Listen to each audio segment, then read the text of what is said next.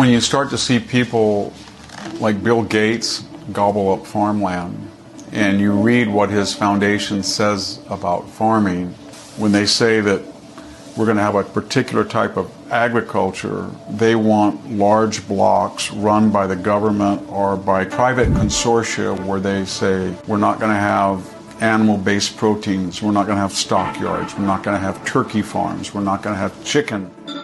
The academic mind always has the answers, but never in the real world. And they do a lot of damage.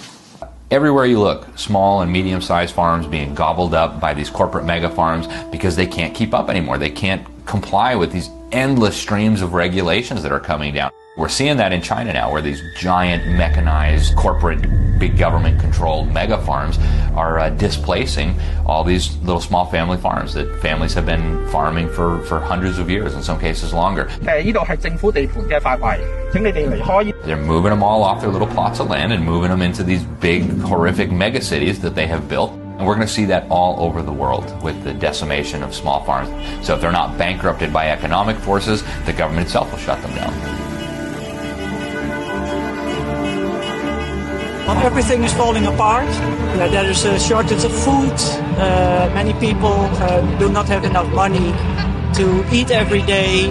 Everybody's out here today because they understand that when our government actually expropriates our farmers, we're all next. Not just Holland is now facing these types of regulations, but you can see the attack on farmers all over the world. It's an agenda that is carried out on a global level, that is being pushed through government officials in respective countries.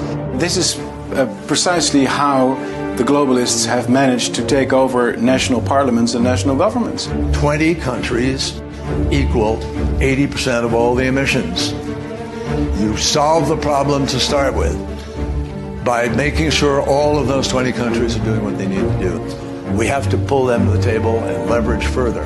So how do we get there? Well, the lesson I've learned in the last year is money, money, money, money, money, money, money. They're following a script where they are thinking already from the perspective of a global, bureaucratic, quasi-totalitarian system of governing, system of rules. This is an agenda, and all these countries are implementing the same policies. So they've targeted the farmers because that's the agenda.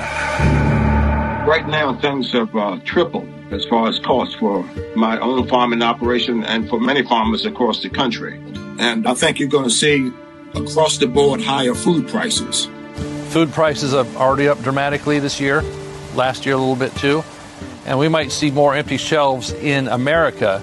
Even the president is promising food shortages in his conversation, so there's no need for this to be happening. The people are the ones that are going to be hurt, not just farmers, trying to make a living. It's going to be the food supply of this country, which is a staple of our security of our nation, being able to grow the grain and the crops that we do, that not only supplies us, but our allies and other trading partners around the world. We have 8 billion people on the planet now, and that's sustainable if they allow agriculture to continue to be mechanized and genetically altered.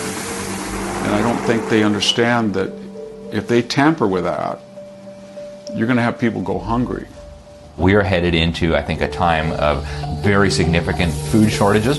Can we expect to see massive increases in food prices next year? Oh, no question about it.